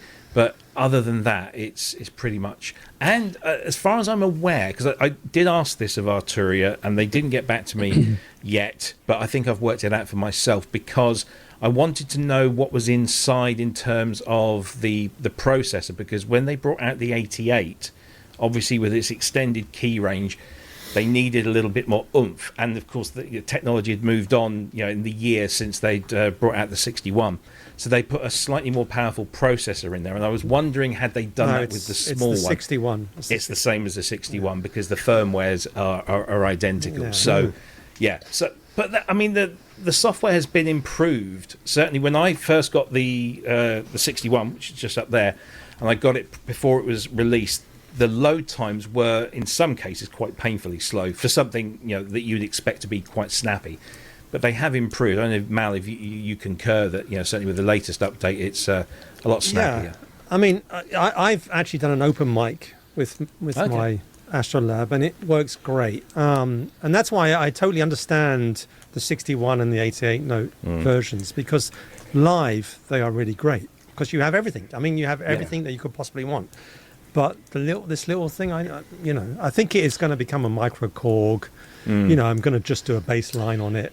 For a lot of bands, like you said, younger people like these smaller ones. The microcore, I had one for a while. I ended up giving it to a friend or something. But it's true. You've seen those on every stage. It's like the new MS-20 or something. Back in the day, For live, I think I probably differ from you. For live, I see the 61 is the perfect live instrument. I agree. Because I don't need to have a keyboard attached. I think with this, I can do all the programming up front, take it live, not use its keyboard, which is too small for my great big stubby fingers, and just have a controller keyboard. For live, it's going to give me everything I need. And if I'm going to go for a laptop, I'm going to be using, guess what? I'm going to be using all of your stuff instead, because so I get this. I think it's a really cool thing. I've got the control surface, I've got access to all the sounds, and I can play it with another keyboard. But you're still it's now like a bringing glorified desktop. Yeah, but you're bringing out 2 units. But I'd be bringing out 2 units anyway. I'm a keyboard player. You think I go on stage with just one keyboard? No. Listen, when you try to gig in Brooklyn, right, when the stage is a 4-foot square, this is true. You only have one. I mean, I've played where I've been in the audience and the band's been on stage. So, I mean, that price point is remarkable, and if you just think of it as a sound module that has every sound you could ever want, that's amazing. In the 90s, it's always better to have hardware than a laptop. I mean, just stability-wise, like I use a laptop live, absolutely. and I still get crashes and weird things occasionally, and it's more peace of mind. Like the Muse Receptor was supposed to be the answer to that years ago. What happened to that? Yeah, absolutely. You can get them for I think 50 for bucks. the likes of the hardware jammers as well, but like they've got their full little desktops set up with all their sequencers and bits and bobs. The I think mobbers. it'll. Yeah, exactly. It would have been nice if it did have maybe some CV gate connectivity. It doesn't. It just has MIDI. Yeah. But nowadays, it's not too difficult to get a little MIDI interface that can output that sort of stuff. Exactly. So Yeah. I just think I'm going to be going away for a short while soon, and I'm sat here looking around thinking, do I take like a key step on my laptop, or do I take maybe the Sonicware ELZ1 Play? Since I've had this, I'm thinking this is what I'll take. Because, Well, it's funny you mentioned that, Rob, because when I was offshore and I was working away 3 weeks at a time, that would be the perfect little instrument for me to take away with the laptop for in my cabin when I was offshore for the 3 weeks. Yeah, absolutely. That's where if I was offshore, I'd be seriously considering that one for sure. So for Does it people work that on travel, batteries? No, it doesn't. No. That would be okay. awesome. I love batteries. Man. Yeah, batteries are good. Yeah. Yeah, the thing is with the Astrolab, obviously, because it's essentially its own dedicated computer inside. I guess a battery supply would not be that reliable. I guess you can get a power brick or something. You can get exactly. power Get brick. one of those that output I've got one. consistently. But yeah, it's. I just think it's a really cool little thing, and I say the price point is fantastic, and I expect to see a lot of these out and about. But that's Astrolab 37. I know some people have been asking for a module only version. Who knows what might be around the corner next? It doesn't take much. That'd be cool. We could see that maybe in the future, but it's available now. €699. It's around 799 US and around 650 to 600 UK, depending on where you get your favourite keyboards from. Now, what's coming up next? Let's talk about. I'm going to be splitting here, you guys. All right, okay, Yeah. James. Well, thanks ever so Yeah. much for joining us. Yeah, All the thank you. best. Yeah, I Cheers, hope you've James. had a fantastic Thanksgiving, Yeah, even though you it hasn't too. happened Thank yet, you. but technically it has. I'll catch up with you on Friday, or Yeah. today. Yeah. Yeah. All right. See you later, James. Take care. Okay, thank you. See you, Bye. see you, Bye-bye. James. Bye-bye. See ya. Bye. Right, so another new synthesizer that came out yesterday. Okay, this is brand new from Waldorf. I say it like that because I don't want Andy Brooks to get upset with me. This is the brand new instrument from Waldorf, the Waldorf Protein, which is a small tabletop unit that essentially, I mean, the way I look at this is their Microwave One plugin. In a box. So it's the oscillator is based on the original Waldorf ASIC chip. Includes all the original Microwave One wavetables. It's 8-voice polyphonic, 4-part multi-timbral. It looks very cute. It's a small little box with a tiny little screen, but of course you get hands-on with this thing. I can't show you the video at the moment because, we're in the past. We're not allowed to. But I'm sure you'll be able to go and check those videos out. The minimal connectivity at the back, you've got MIDI 3.5mm TRS, comes with breakout adapters. There's 2 audio outputs and a headphone output and a USB-C connection. That's it. This is wavetables on your desk in a little box. It supports polyphonic aftertouch, and there are you can have over 250 of your own sounds in there as well as the sounds that come with it, and it is just €329. I've been getting back into the whole wavetable thing. I think there's actually a bit of a wavetable resurgence of late. Yeah, and there's lots of instruments that. Let me see if I can blow that up on the screen. There we go. Lots of wavetable instruments from the Behringer Wave, Groove Synthesis. Their varieties of their third wave instrument. I think this. I mean, I was looking at getting the Microwave One plugin because I just love those sounds. But I might actually just save up a little bit more and get one of these. Scott, I know you like a bit of wavetable action. What do you think of this? I think it's very good, and I think the price point's amazing. It's one it'll be off further down on my hit list, but I think I'll end up grabbing one, to be honest. I'm kind of like you, Rob, with the wavetables at the moment, Rob. Playing around with this Delia as well, the Melbourne Instruments. It's got wavetables on the 4th oscillator. Third oscillator.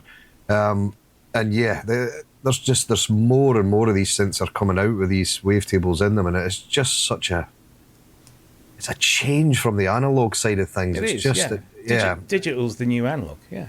Are you able to import your own wavetables into this? Does it mention anything about that? It doesn't mention anything about that. You've got 250 preset slots, but it didn't make any mention of whether you can importing. import. Yeah. It'd be a nice little feature if you could. Yeah, it would. But in failing that, it's still going to be, for that kind of money, it's a great bit of kit. Yeah. Of course, the Microwave 1 wavetables also featured a number of wavetables from the PPG wave that preceded it. So you're getting that kind of 8-bit analog, grunchy, sort of crunchy wavetable sound. And so, as I said, the oscillators are based on the original ASIC chip that Waldorf used in the Microwave 1. As I said, it is polyphonic aftertouch capable. It also has 32-step sequencer, an arpeggiator. There's effects in there as well: delay, reverb, chorus flanger, drive, EQ, compressor, and tremolo. So it's not skimping on any of the features. No, it's just stuck it into a nice little desktop box. Guys, anybody else got any thoughts on this? Going to be going out and buying one? Dan? Mal, go. No, I mean, I love this. Yeah, it's great. I mean, I have the software VST, the Microwave 1, which I really love. So I'm not sure I'm trying to not do the whole small box thing, because my studio is getting filled with boxes and my time is very limited. So, but I mean, I certainly think it looks lovely from a design point of view. Yeah. Yeah, it isn't. It's a cute little thing for sure. Yeah. Ken, I was going to say the same. I was going to say the same thing. It's just a beautiful design. It's not too cluttered. It looks. I mean, if it sounds as good as it looks for that price point, I think that's awesome. And I mean, I assume they're going to follow it up with the carbohydrate, which is probably going to sound great too. Yeah. I was going to say, I looked at the website. There was nothing about whether it was vegan friendly at all. Yeah. Yeah. It's a lovely thing. Thing is, recently, Sonicware did a firmware update for the ELZ1 Play that has wavetables as part of that. I don't need this because the wavetables in that make me treat it like a completely different instrument again. Yeah. So, I mean, there's a lot of options out there for it, but if you don't have wavetables already, there we go. If you don't have wavetables already, it's a great price for something like this, and I love the control surface for it. Yeah, really like it. Nice little thing. So that is the Waldorf Protein. It's available now, as in Friday, €329. I imagine that's going to be around $299 UK, maybe $399 US. But check your local retailers for the prices. I think that's a cracking box, good value for money. Let's get on to this thing. I just want to I'll play a little clip from the video very briefly. This is an interesting one. Kent, I'd like to know your thoughts on this. This is a brand new collaboration between Rolley and Yamaha, specifically featuring the Montage M.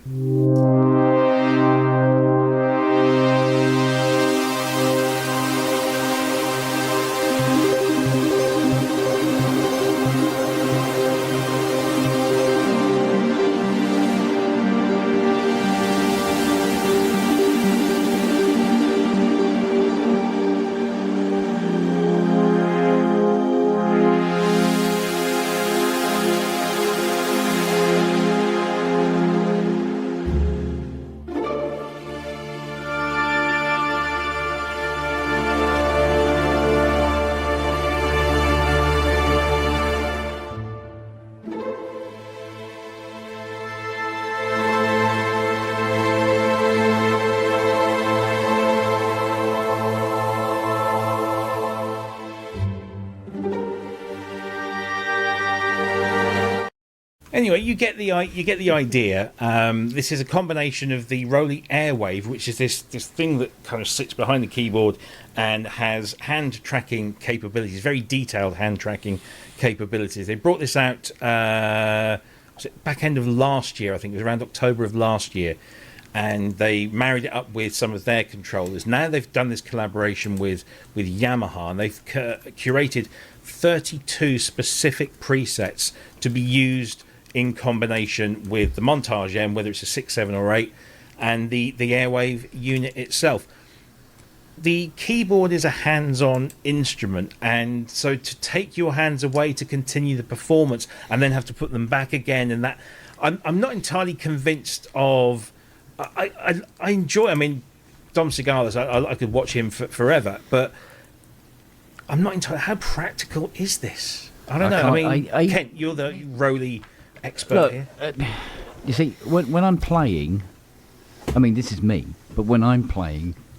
If I'm going to be opening a filter or introducing like a longer reverb tail or something like that, I'm still playing. I use foot controllers. Yeah. Right? It's nice to be able to look like you're trying to sexually excite a sheep, but it's not. You know what I mean? It's not. When you're keyboard playing, you're playing the keys. You can't be sort of like trying to create portals or something. You know, but it's. Yeah, it's a nice feature, but it wouldn't be something I would use that much, really.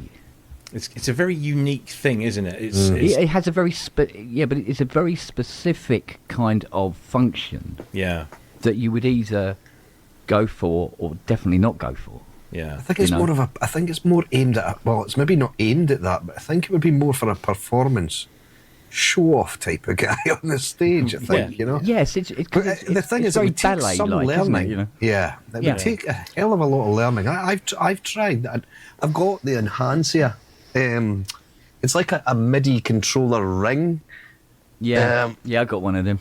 Yeah, it's. Oh yes, yeah, I know that. Yeah. You put it on your finger and wave your hand. Yeah, and you can sort of do gestures and things with that. How long did you use that for before you put it back? I think it was maybe 2 hours. Yes, same here. I love expression as much as the next person, but it has to be it mustn't get in the way of the performance. Yeah, exactly. And the practical part of this. I love what I'm seeing. I think it's great, and he's using one hand here. I know that the Airwave was originally designed. It's all part of like Rolley's platform, and a lot of it is educational. And so by using this in combination with their illuminated keyboards, you can have training programs where it will show you where your hands need to be, and it knows where your hands are to say, yeah, good boy, well done, you've got it right. So there's definitely a practical application for this. I don't know. This is essentially an ashtray on a motorbike, right? It's useful all the time the motorbike's not moving. Yeah. But 9 times out of 10, your motorbike will be moving. I think it will find its place somewhere. Yeah, absolutely. Because it's really cool. I've got here. It's going to find its place. I'm going to be buying this. I am going to be buying this. Yeah, because I know I can see exactly how this will work with the way I play. Because often I'll have long hanging chords and things and be articulating, and then I want to. I want to introduce filter or bring in another voice, another layer of voices or whatever. This does that. All the stuff you're doing with orchestral libraries, where you're using foot controllers and CCs and expression, you've got one hand off the keyboard already. So for me, it's kind of that makes sense. For solo instruments, if you're maybe doing a cello part with your left hand and using your right hand to do, that's that I can see that. But I've got a Rolley to do that. I think if they made it for the Moog EX-M, then that would be useful. Yeah. Another point, I must admit, even if I wanted this desperately, I'm not moving this. No. And there's no room for it to go on the back, is there? Yeah, that's true. Dan, you want to make a point? I actually know a little bit about this kind of thing because 10 or 12 years ago there was a little box called the Leap Motion that did hand tracking. I helped write a piece of software that it was called Aero MIDI, and it would track your movements and generate MIDI data based on that. And there's a phenomenon I think it's called monkey arms. And basically the long and the short of it is it's actually really exhausting to do this for any more than a few minutes. And, it looks cool. I mean, it definitely looks cool to go, but in the end, if you are just keeping your arms up above, it's tiring. It's actually really, really tiring. Yeah. And it doesn't, it doesn't actually work that well. It stops being fun pretty quick. That's the problem with things like that Ring and all these technologies. Is it's very cool and kind of promising, but in practical use, it's not something. So what happens when you need to scratch your nose? You're playing it something like. The other thing I noticed in the video, the gestures that he was doing was performing one action. Yeah, filter cut off or and volume. it's the one action that your expression pedal could do. A lot of Roland keyboards used to have that. What did they call it? The D-beam. the D-beam. Yeah, that's Right. Which essentially did that same sort of thing, and I don't think Roland puts that on their instruments much anymore. See, the sore arm thing, Dan, I think that's coming from a voice of experience there, because you're sitting having to test once and go down test the next. You end up with golfer's shoulder. Yeah. But What they call an I find IT myself injury. I find myself playing piano often, where when I've hit a chord or a note, I'll take my hand off and there's something very visceral and physical about taking your hand off and letting a note ring out. And those are the points where I would want to add some expression. So I'm already... Listen to Liberace here. I know, I sound like a total twat, but that's how I play. Do you do it wearing a dress? Yeah. Yeah. Big candelabra. Anyway, it was nice seeing you all. Bye. I must admit, I get it, the expression, because you see the professional pianists and they will do this kind of thing. And it is part of the performance. But it's part of the performance for the person playing. It's not for the audience. No. That's the exactly that. Performer feeling the music as they play. So Interesting. Look, all you need is a sheep there, and you've got a porno straight away. So anyway, on that note, we'll leave that one behind. Just not sure about the Ron Jeremy faces. Yamaha, Airwave and Montage M. You need the Airwave unit to get the real benefit, but I'd be interested to know, you guys with Montage M's, you can download the presets from the website, which is rolly.com. Do you know what? I'm going to put the barcode in, because this is a silly address. So let me just put the QR code in the top left-hand corner, which I haven't got. Stuff it. Just go to the Rolley website. You'll find them. make it for the Modi XM. That's I don't know. Are Montage M sounds compatible with the Modi XM? Absolutely, yeah. Yes, 100%. They are. So 100%. It should work then. I would. No, guess. but I don't think it. I don't think it works, because I tried, because I thought, this will be interesting since I don't have Aftertouch. Yeah, of course. Yeah. Okay. But you can download the presets for free. So I'll be interested to see if you guys with Montage M's can download them and just see. Maybe you can do your expression pedals instead. But there you go. They're free of charge, the presets. You don't have to pay for them. But yeah, just go to the Rolley website. You'll find, just look for the picture of Dom, and you'll be away.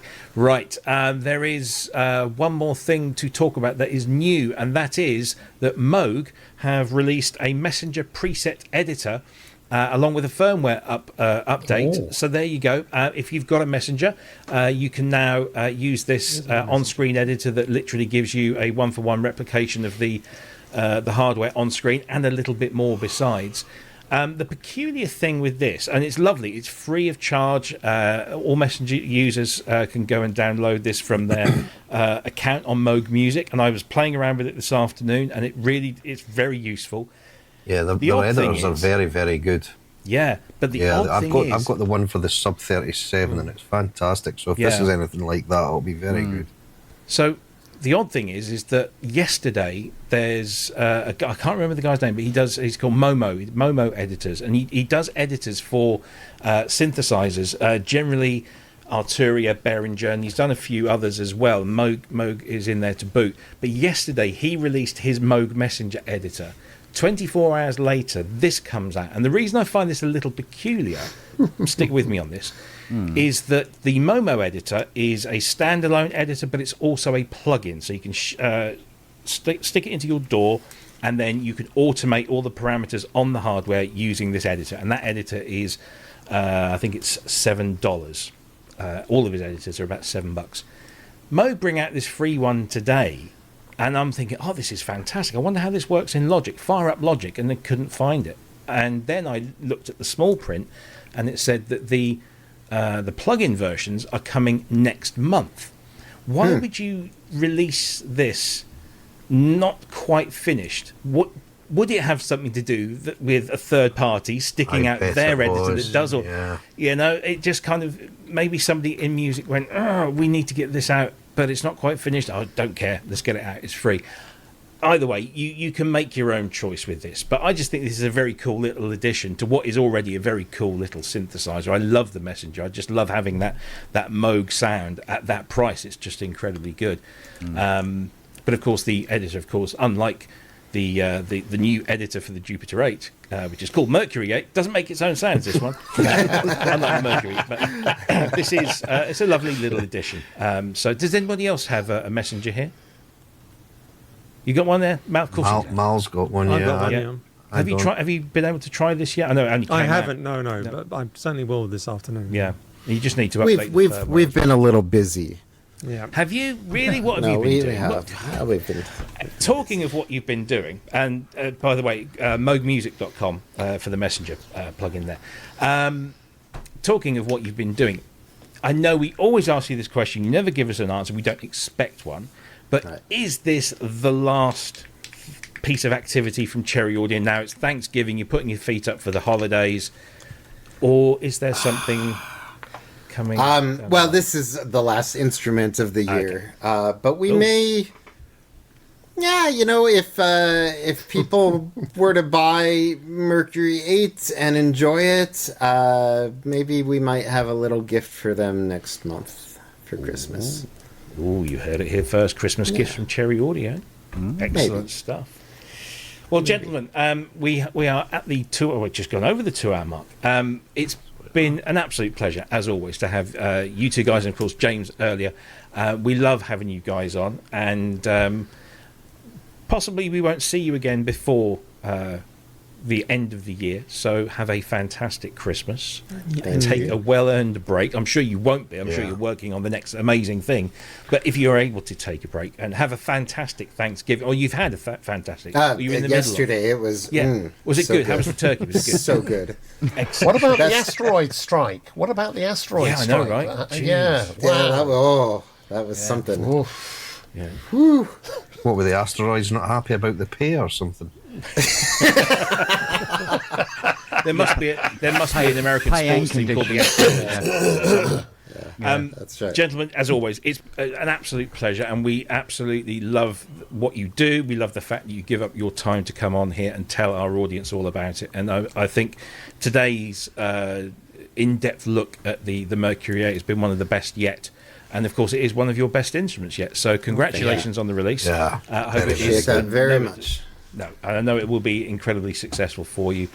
Go out and buy it. Cherryaudio.com. It's $69. It's just a steal. Go and Absolutely. fill your boots. Aren't you going to ask what's next? Well, What's next? What's Oh, next? Don't ask. I can't tell you that. You're not going to do that thing again. I don't think there's anything next because I have on. this. This is the notebook where I keep the list of all the things that we're going to be working on, and of course I can't show that to you. So I heard a leak that you were going to be modelling one of these. Even the camera doesn't want to show maybe. that. No, I know the camera was even turning away there. You know, Camera's going NDA. I'd started Indeed. on Mercury 6. That was Yeah. my first instrument. And so my last instrument is Mercury 8. So I'm done. That's it. I'm off. Yeah. See ya. 6 to 8. Mercury Anyway, 12. Yeah, Mercury 12. Morpheus. Have a fantastic well, to all of our viewers, I hope if you're in America, you're celebrating Thanksgiving, I hope you're having an amazing one, and we will be back same time, same place next week. I don't know if we've got any guests lined up, but we are booking people in for the new year, making some inquiries here and there. So we'll be looking forward to those. And of course, we'll have the Cherry Audio guys on again, I'm sure, the next time that they offer up something marvellous like Mercury 8 again. But until then, enjoy the rest of your Thanksgiving weekend if that's what you're doing. Gentlemen, again, thank you all so much for joining the show. I hope that everyone has a great weekend themselves, and we'll see you all next week. Take care, everyone. See you soon. Happy Thanksgiving. Bye. Happy Thanksgiving. Au revoir.